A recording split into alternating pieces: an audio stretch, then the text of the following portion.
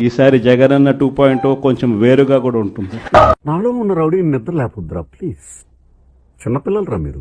వాళ్ళకి ఏదైతే మనం చెప్పామో అది చేసి చూపించిన తర్వాతనే మనం ఓట్లు అడిగి గెలిచాము కాబట్టి బాబు పక్కెళ్ళాడుకోమ్మా మాట్లాడే పని ఉంది.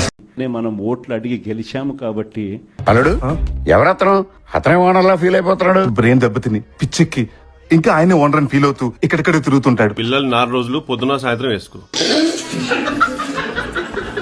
ఈరోజు వైఎస్ఆర్సీపీ పార్టీ కానీ వైఎస్ఆర్సీపీ ఎమ్మెల్యేలు కానీ ఈరోజు నిజంగా చాలా మంచోళ్ళ కింద కనిపిస్తా ఉన్నారు.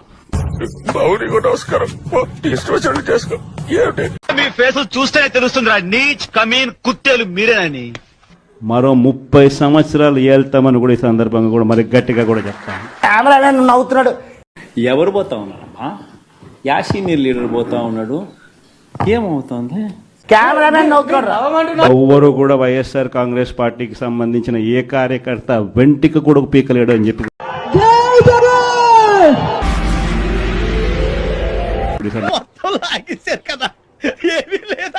రాజకీయాలలో విలువలు విశ్వసనీయత అన్న ఎన్నికలు ఎప్పుడొచ్చినా కూడా అదే విలువలు అదే విశ్వసనీయత రెండోసారి ప్రతిపక్షంలో కూర్చొని ఉండం రికార్డు ఉందా?